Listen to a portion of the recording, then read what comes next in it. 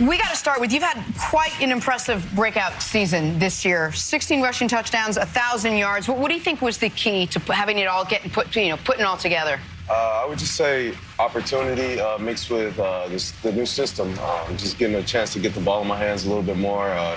Which was a goal of Matt LaFleur's when he came in, right? Oh, yes, ma'am. And he let me know that, and he stuck to everything he said and give me the ball in different ways, using me as a receiver as well. So I'm enjoying myself in his system. It's guys like Aaron Jones, the reason why people don't want to draft running backs in the first round. It's your fault. They're like, hey, you can get a superstar in the 5th round out of UTEP. I'm curious, when you got drafted in the 5th round and you find out you're going to Green Bay, I think that is an NFL city unlike any other. And for the vast majority of you guys drafted there, their first time ever going there is either on the visit or once they're drafted. Your background, though, is a little different. Come from a military family, moved around a handful of times. You lived overseas when you were very young, I think.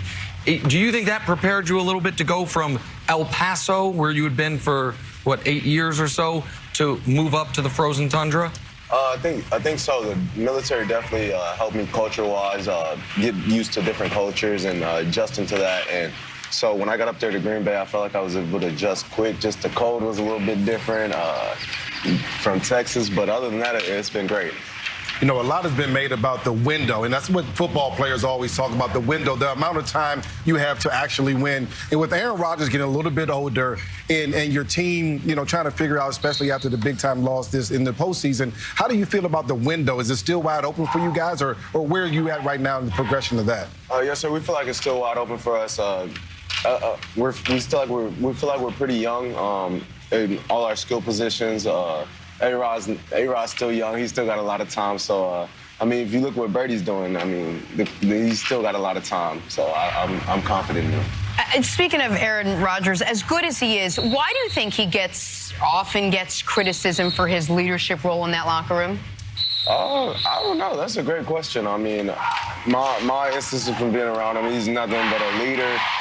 He likes to have fun as well, and he's just making sure everybody's up and ready to go. So, I mean, he just expects you to be on your A game because he knows what everybody else on the field has to do. So I know Aaron a little bit personally, and I feel like he's a little misunderstood nationally because of some of the criticism Jen is talking about. Outside of, like, what he does on the field, which is obviously remarkable, what type of guy is he? He's a leader. I mean, for instance, Aaron is very educated. He's one of the smartest guys I know. So if I see something on Twitter, maybe anything that's going on that I have no clue about, I'll go to him because he knows. And he'll be like, hey, come find me at lunch. We'll talk about it.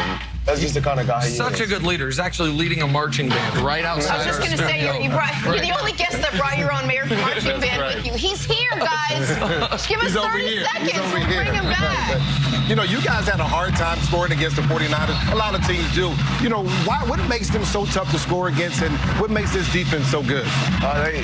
All 11, they fly around, they swarm to the ball, and then, you know, of course, that front four, they get after it. They pin their ears back, and they get after the quarterback, and they're penetrating front, and that messes with the run game a little bit as well. New head coach this year with you guys, similar system to what they're running in San Francisco, similar coaching tree. What makes that system so beneficial for running backs? Just the way you're used. You're touching the ball, whether it be outside zone, inside zone, from the gun or from under, and then they're splitting you out wide, using you as weapons in different ways.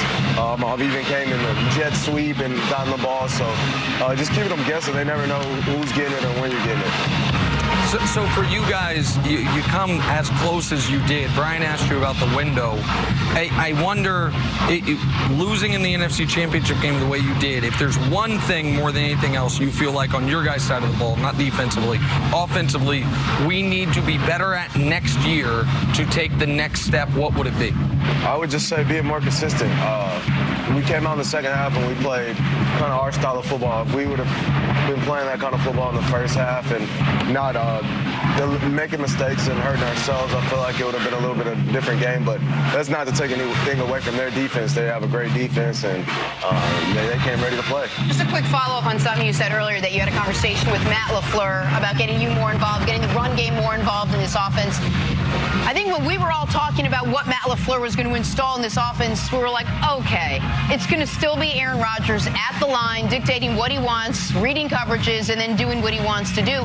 But it looked like Matt LaFleur made a concerted effort to focus on the run game, to scheme guys open a little bit more, and to maybe make things a little easier for Aaron Rodgers. Tell me just a little bit more about that conversation, and did you believe that when he said it? Because I don't think a lot of people did. I definitely believed him when he said it. I mean, coaches just don't usually pull you aside and tell you that those kind of things. So he told me that, and he actually told me that in OTAs and when I first met him, and I got time to go back and work on my craft, and he told me that, hey, we like to use our backs in the receiving game. I feel like we can get them mismatches, and he gave me a couple backs to watch. Devontae Freeman, some of the guys he's coached, and great option route runners, and so he gave me that to look upon, and it got me excited, and I knew what I was working with. You talked about what you guys did as far as getting the running backs involved, and I think for the Chiefs, having their running backs involved more so in the pass protection game against his front four is going to be critical for them to win the football game. But talk about a little bit how the 49ers bring an extra guy. Are they bringing 5? Are they bringing 6 guys? And how the Chiefs running backs are going to have to help Patrick Mahomes sustain himself in the pocket. Oh, definitely. I mean, protection is going to be a big part of it. I mean, I feel like if they can hold up in protection, that's going to be a big key in the game. And the back is going to be big because sometimes they won't only bring those 4. They'll bring that 5 or they'll bring that 6 where the back has to step up in protection, or maybe they won't be bringing that 5, or he'll have to step up and chip a DN to help give time and things like that. Is the best way to attack this aggressive defense is to screen behind him with the running back, trying to get him involved in the screen game just a little bit to slow down the defensive line? To me, I think so. We ran a screen and we scored on it. We actually ran 2 screens and both positive plays.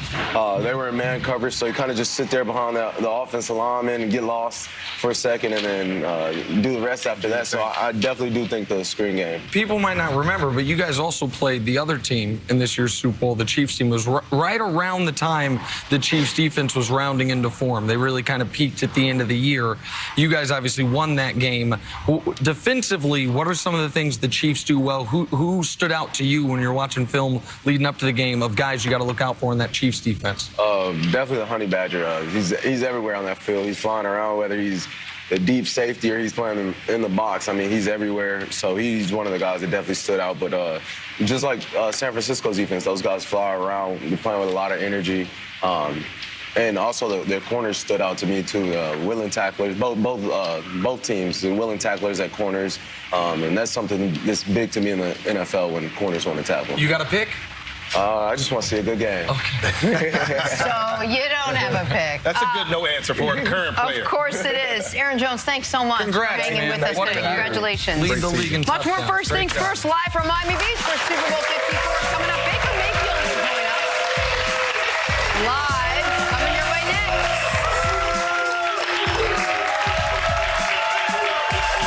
next. Really good. You don't have the caffeine app.